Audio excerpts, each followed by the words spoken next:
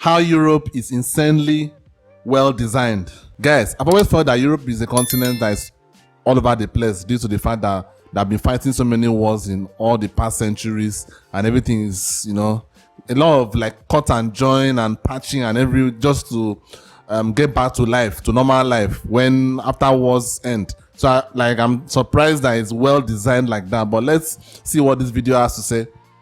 Hit that like button if you enjoyed this video. I really appreciate it. Let's get right into it.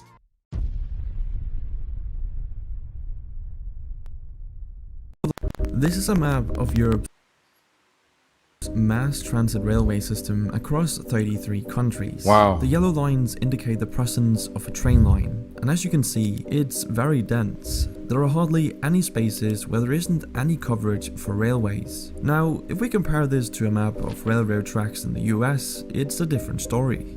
While parts of the US have some good mass transit, there are large areas of the country which isn't covered by Amtrak, the nation's largest passenger railroad service. But let me show you another map, this time of high-speed rail in Europe. Now obviously, high-speed railways aren't going to be as common as regular speed railways, as they require excellent design, strict planning and massive investment. And yet, as we can see, high-speed rail is present in Europe, which is a stark contrast to the US, as you can see from this map. While the US does not have high-speed rail system like that. I mean, the US is supposed to be like the beacon of hope, right?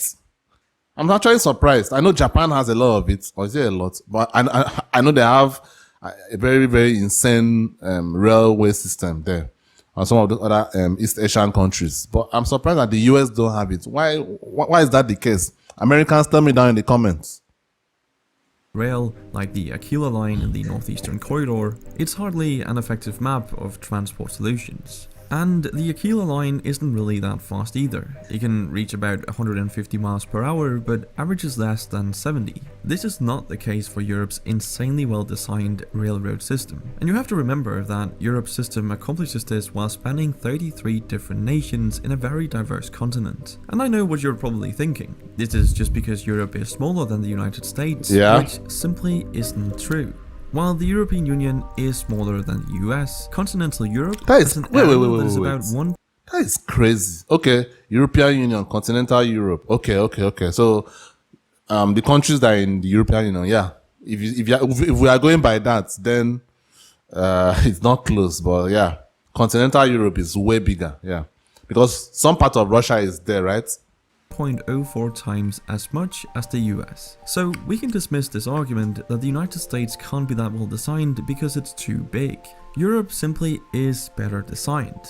But if you're American, you might not understand why railroad tracks or public transport as a whole is so important.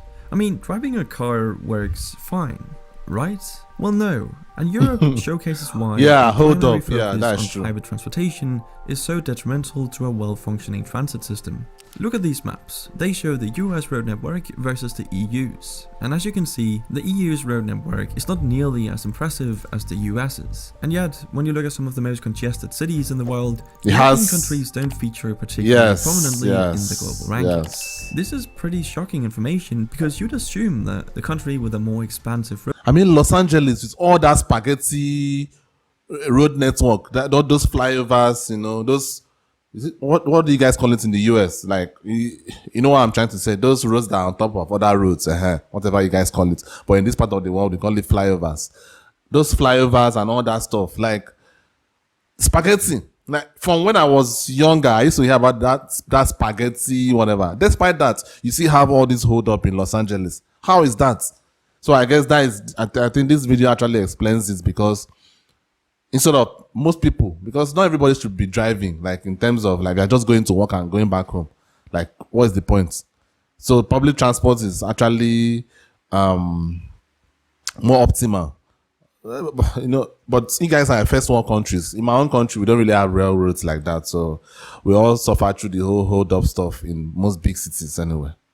road network has a lot less congestion, especially considering the United States has devoted lots of time and money to their highways. So how come Europe is less congested when they have fewer roads? Well, it all comes down to disincentivizing the use of cars and, most importantly, making an attractive alternative. Europe does this by having both private and public transportation infrastructure, which technically the US has as well, it's just a lot worse. But on top of this, Europe makes it pretty expensive to buy, own and use a car. This is achieved by having high taxes on vehicles and gasoline. In fact, here's a map of worldwide gasoline prices. As you can see, European nations are in the top rankings, while the US lies at the bottom, charging very little. But let me be very clear, it's only a good idea to make it expensive to drive a car if you have an attractive alternative, which America doesn't, but Europe does. I mean, obviously this wouldn't work in the US with its current transportation infrastructure, but in Europe, this is a great strategy because you make the roads less congested for those who actually need them and give everyone else an affordable and efficient alternative, being Europe's amazing public transport like the trains on the railways. This is arguably the better strategy because even though the vast majority of Americans have access to vehicles at around 91% and gas is comparatively cheap, it still leaves 9% who don't have access to vehicles. What are these people who can't afford a car supposed to do? I mean, sometimes... one of the reasons why gas is also expensive in Europe compared to the US is because of the fact that they don't actually really have the oil anyway. US does have oil, though they try to handicap themselves and, not want to proliferate oil.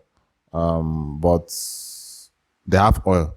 Unlike Europe that does not really have the oil, so most of their oil is coming from Russia, or their gas is coming from Russia, Saudi Arabia, and all those countries. So I think, and I know the US, it's not like the US are really producing the oil like that, though they have the oil. But I think one of the main reasons is that Europe really does not have any leverage when it comes to oil because of the fact that because they don't have it. The US have leverage because they can easily say that, okay, you don't want to give me the oil, I'm going to proliferate my own. Simple. But Europe they just don't have it. So they have to. It's actually a necessity for them to actually buy it. So obviously it will be more expensive because they have no leverage in any negotiation when it comes to oil. That is just my opinion. I know I'm not like an economic expert or anything. It's just something I'm just thinking about.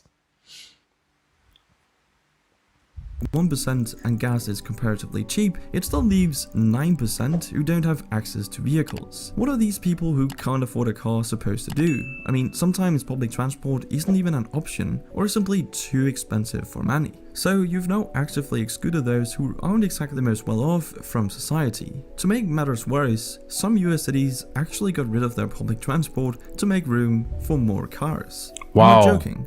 American streetcars like trams were actually removed to make way for bigger roads. Absolutely insane. Compare that to Oslo, Berlin and Madrid, where discussions are underway to restrict or even exclude most cars from the city center. And let's not forget that when you have cars, you also need somewhere to park them. And this is where things start to become rather ridiculous. You see, the United States has 2 billion parking spaces for 250 million cars. That's 8 parking spaces per vehicle. In Europe, it's pretty much a 1-to-1 with around 250 million public parking spaces for 2 billion parking spaces. What are you using all that for? Wait. Shouldn't there be more cars than parking spaces? Right? Like that calculation does not work. Parking spaces should be less than the number of cars, right? Why should? What? 2 billion parking spaces? Americans, tell me in the comments. That makes no sense. That's ridiculous.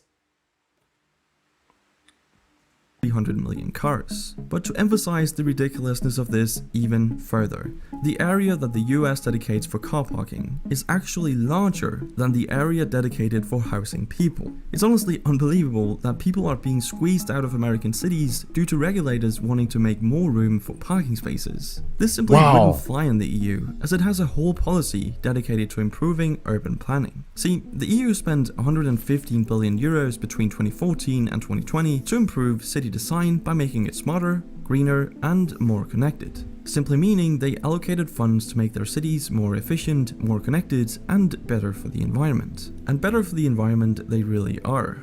as the average resident in a typical Western US city such as Los Angeles or Phoenix contributes approximately 6 times more carbon to the atmosphere per capita than an average European city resident. This is purely the result of not having effective transport solutions, which saves resources and allows people to move about efficiently. And exactly that, moving about efficiently is something most of Europe's citizens are able to do as a result of the European Union. See, most of Europe's nations are in the European Union, which gives the EU citizens a number of perks, which includes a free travel area. This has been one of the most important achievements of the EU, as it makes it possible for an EU citizen to travel freely to other EU member states That is and crazy. stay for up to 3 months. Damn. All you need is a passport or even just an ID card. No visas, no trips to embassies, no form filing, just head straight over. This makes it incredibly easy to travel, study, and work in other countries and communities. And having this level of centralization Man, I is really, very important it's so, to good I really design, as it envy gives the them, smartest man. people the opportunity to work where they are most useful.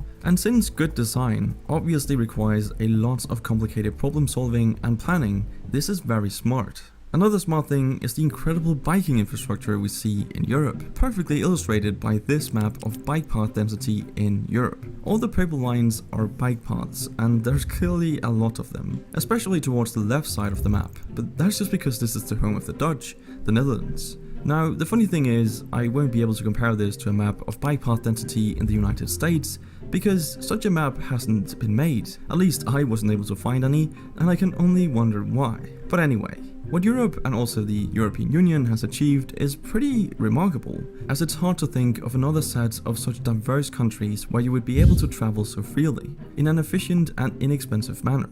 I mean, you can literally get from Paris to Amsterdam, for example, in just 3 hours for around $30. That is smart. Imagine being able to travel all That is over Asia smart. without any border crossings, checks, or visas, and being able to stay for months at a time. That would be truly amazing. And let's not forget that European design has always been distinctive and very successful. In fact, the continent's history of design and interconnectedness serves as a model for the rest of the world. But even though Europe and the EU are pretty great and have amazing infrastructure, they obviously aren't perfect. Wow, I'm really surprised by that. Seriously, I'm really surprised by that. I just didn't think Europe was that well designed. I know traveling around Europe isn't that hard. I mean, like I've actually dreamed about a possibility of being able to afford going to Europe and having like a Europe trip, for example. Like just land, or you don't need to you could take a flight to one country, then from there you can just be using roads to go to other countries. I mean, that is incredible, really incredible, and I hope that one day I'll be able to afford it in the future. That will be a bigger possibility if you guys help me out by hitting that like button to get this video out to more people, and also subscribe to the channel if you have not subscribed. I'll really appreciate it. Thank you guys for watching. Love you guys. I'll see you on the next one. Peace.